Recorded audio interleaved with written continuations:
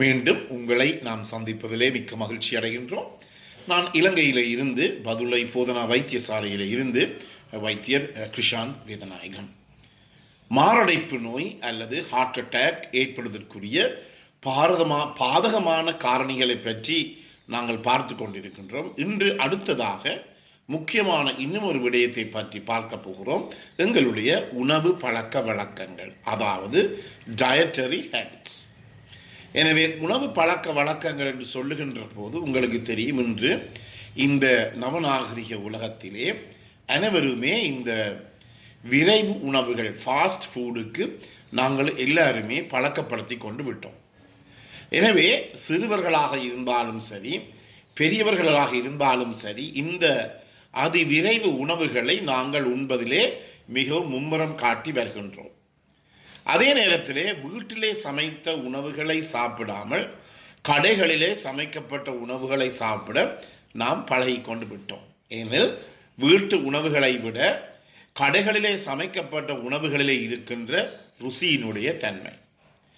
எனவே நாங்கள் ஒவ்வொரு முறையும் இந்த கடைகளுடைய சாப்பாடுகளை நாங்கள் உண்ணுகின்ற போது பலதரப்பட்ட பிரச்சனைகளுக்கு நாங்கள் உட்படுகின்றோம். உண்மையாக அந்த உணவினுடைய சுத்தம் பேணப்படாவிட்டால் வயிற்றோட்டம், வாந்தி பேதி போன்ற பிரச்சனைகளும் ஏற்படும். அதே நேரத்திலே இந்த உணவுகளிலே இருக்கின்ற பல கொழுப்பமிலங்கள் எங்களுடைய உடலிலே உறிஞ்சப்பட்ட இந்த கொழுப்பமிலங்கள் சென்று உடலிலே இருக்கின்ற இந்த நாடிகளிலும் நாளங்களிலும் போய் படிகின்றது. அதில் முக்கியமாக இந்த முடியுறு நாடிகளிலே போய் படிகின்ற போது இந்த முடியுறு நாடினுடைய உள்விட்டம் அல்லது அளவு அல்லது அதனுடைய துவாரம் குறைந்து கொண்டு வரும். அதன் காரணமாக எங்களுக்கு இந்த அத்ரோமா அல்லது அத்ரோஸ்க்ளரோசிஸ் எனப்படுகிற, நான் முதலிலே சொன்னது உள்ள பிரச்சனை ஏற்பட்டு எங்களுக்கு மாரடைப்பு ஏற்படும். எனவே இன்று பல பிரச்சனைகளை நாங்கள் எதிர்கொள்ளுகிறோம்.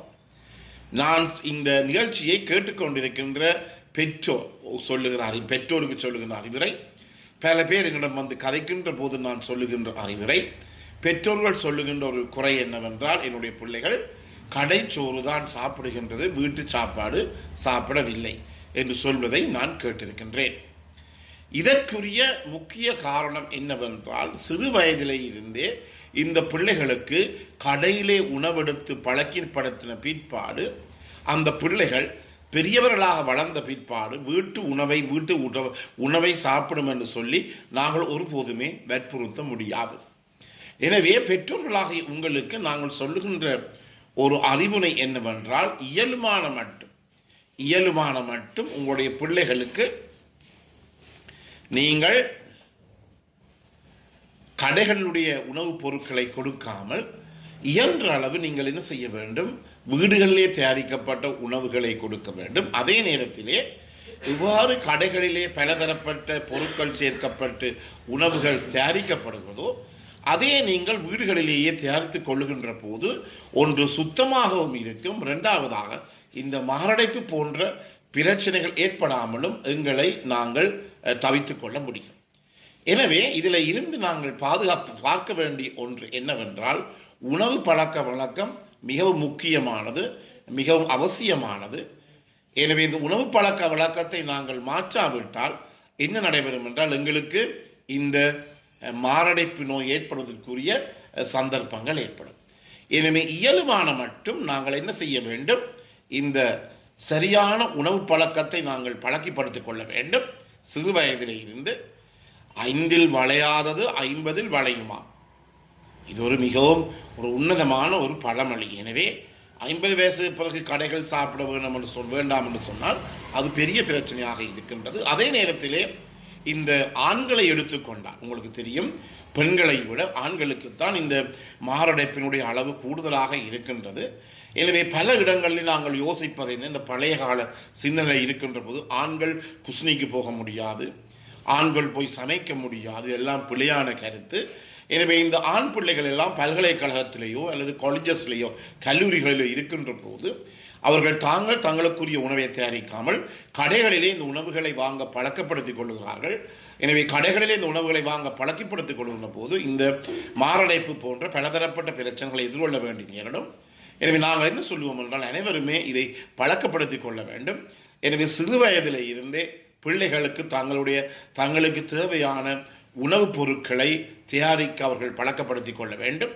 இல்லாவிட்டால் பிற்காலத்தில் பிரச்சனை ஏற்படும். உண்மையாக என்னுடைய ஒரு சிறந்த அனுபவம் என்னவென்றால், எனக்கு தேநீர் கூட ஒழுங்காக ஊற்ற தெரியாது. எனவே இந்த கொரோனா காலத்திலே நாங்கள் சரியாக பாடுபட்டு விட்டோம். ஏனெனில் கடைகள் எல்லாம் பூட்டு, லாக்டவுன் என்றபடியினாலே தேநீர் குடிக்கக்கூட இன்னும் ஒரு கடையை திறந்து குடிக்க வேண்டிய ஒரு நிலைமை எனக்கு ஏற்பட்டது. அப்படி அல்ல, சிறு வயதில் இருந்து பிள்ளைகள், அது ஆண் பிள்ளைகளாக இருக்கலாம், பெண் பிள்ளைகளாக இருக்கலாம், தங்களுக்கு தேவையான உணவுகளை தாங்களே தயாரிக்க பழக்கப்படுத்திக் கொண்டோம் என்றால் இது அம்மாமாருடைய மிக முக்கியமான ஒரு கடமையாக இருக்கின்றது. பிள்ளைகளுக்கு பிற்காலத்தில் இந்த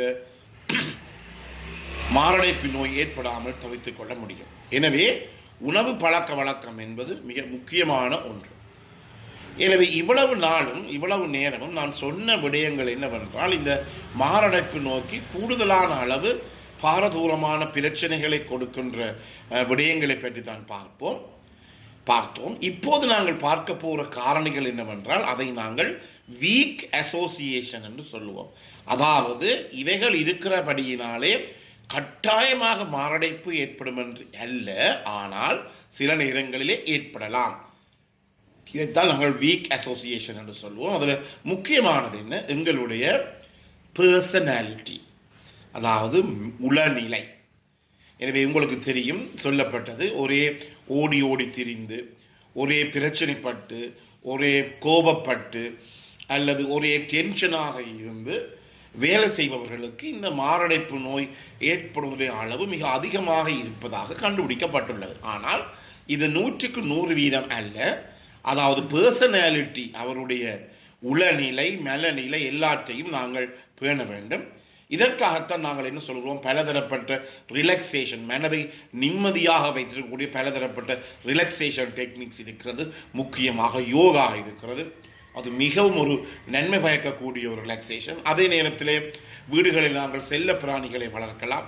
அவற்றுடன் உரையாடுகின்ற போது உடலுக்கு இருக்கின்ற எல்லா விதமான பிரச்சனைகள் எல்லாமே குறையக்கூடியதாக இருக்கும்.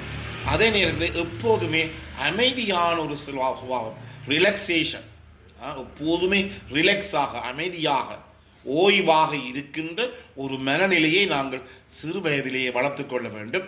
சின்ன சின்ன விடயங்களுக்கு கூட நாங்கள் கோவப்படுவோமாக இருந்தால், டென்ஷன் படுவோமாக இருந்தால், அந்த மன அழுத்தம், அந்த ஸ்ட்ரெஸ், அந்த டிப்ரெஷன் எல்லாம் எங்கள் உடலை தாக்கி அதன் மூலமாக எங்களுக்கு மாரடைப்பு ஏற்படலாம். என்றாலும் இவையும் ஒரு முக்கியமான காரணி தான். இவையும் கூட உங்களுடைய மாரடைப்பை ஏற்படுத்தக்கூடிய காரணியாக இருக்கிறது. எனவே இந்த நிகழ்ச்சி உங்களுக்கு பிடித்திருந்தால் இந்த நிகழ்ச்சியை நீங்கள் மற்றவர்களுக்கு அறிமுகப்படுத்தலாம். இதை லைக் பண்ணலாம், ஷேர் பண்ணலாம், மனுச்சின் கிராமத்தை நீங்கள் சப்ஸ்கிரைப் பண்ணலாம்.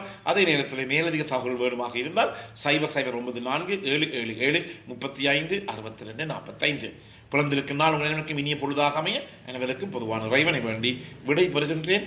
நன்றி, வணக்கம்.